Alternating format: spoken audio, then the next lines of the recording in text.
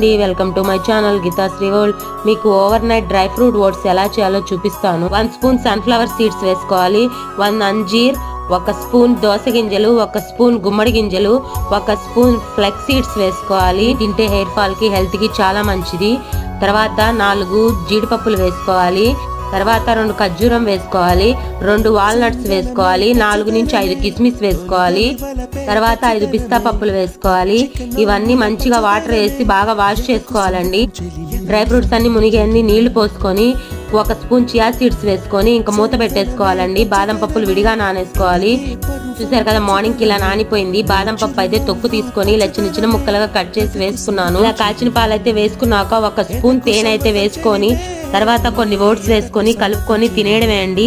Simple and tasty healthy recipe అయితే ready అయిపోయింది. మీరు ఒకసారి ట్రై చేసి ఈ హెల్దీ బ్రేక్ఫాస్ట్ నచ్చిందా లేదా అనేది కామెంట్ సెక్షన్ లో కామెంట్ చేయండి. Thank you for watching. Bye.